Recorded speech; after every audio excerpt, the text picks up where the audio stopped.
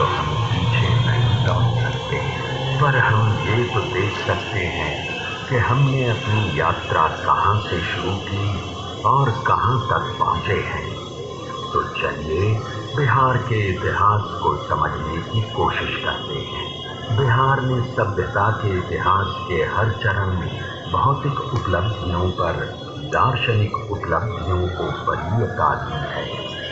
यही कारण है कि हर संक्रमण के दौर में लोगों ने बिहार की तरफ रुख किया है।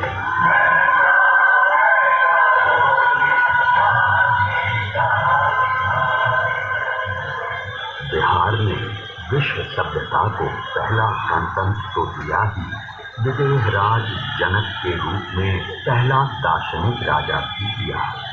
ये भी विश्व सभ्यता में एक अद्भुत उदाहरण है कि जिस बिहार में आस्तिक दर्शन का सूत्रपात हुआ, उसी भूमि पर जैन एवं बौद्ध जैसे अन्य दर्शनों का भी सूत्रपात हुआ।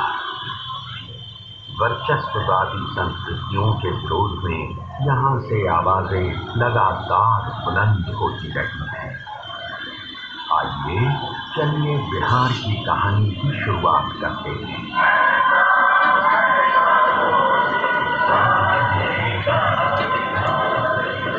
शताब्दियों पूर्व बिहार के ऋषि विश्वामित्र ने भारतीय सभ्यता और संस्कृति को तत्कालीन संकीर्ण और रूढ़ मानसिकता से ऊपर उठाकर एक नई चेतना दी। विश्वामित्र ऋग्वेद के अनेक मंत्रों के रचयिता थे। उनका आश्रम आज के बक्सर जिले में स्थित था।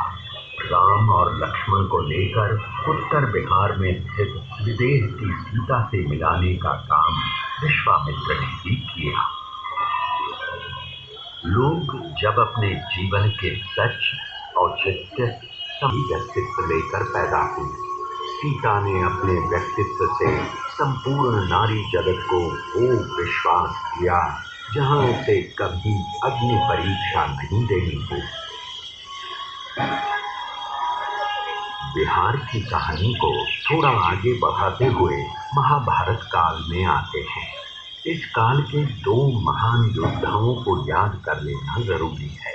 पहले मगध के जरासंध और दूसरे अंगराज कर्ण, जो कि वर्तमान भागलपुर जनपद के राजा थे। भागलपुर में कर्ण का किला पुरातात्विक धरोहर के रूप में आज भी मौजूद है। क्योंकि कर्ण किसी राजघराने के वारिस नहीं थे, इस कारण उन्हें पग पग पर अपमान का भूख पीना पड़ा था। वो एक महान धनुर्धर होने के साथ साथ महादान व्रती भी थे और इस व्रत की रक्षा में ही उन्हें जान गंवानी पड़ी।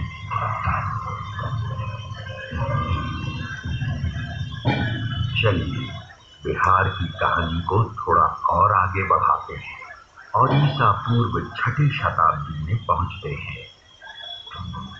विश्व के इतिहास में ये वो दौर था जब पुरानी मान्यताओं को चुनौती दी जा रही थी। चीन में कन्फ्यूशियस, यूनान में सुकरात और भारत में बिहार की भूमि से महावीर और बुद्ध के दर्शन का नवोन्मेष हो रहा है।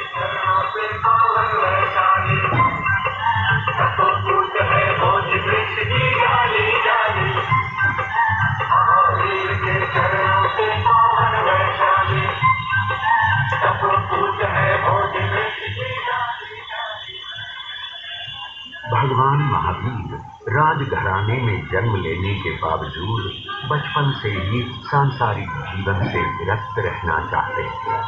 30 साल की उम्र में वे घर छोड़ जंगलों में विचरने लगे और 12 वर्ष की कठिन तपस्या के बाद उन्हें आत्मज्ञान प्राप्त हुआ। इसके बाद उन्होंने पैदल घूम घूम कर लोगों को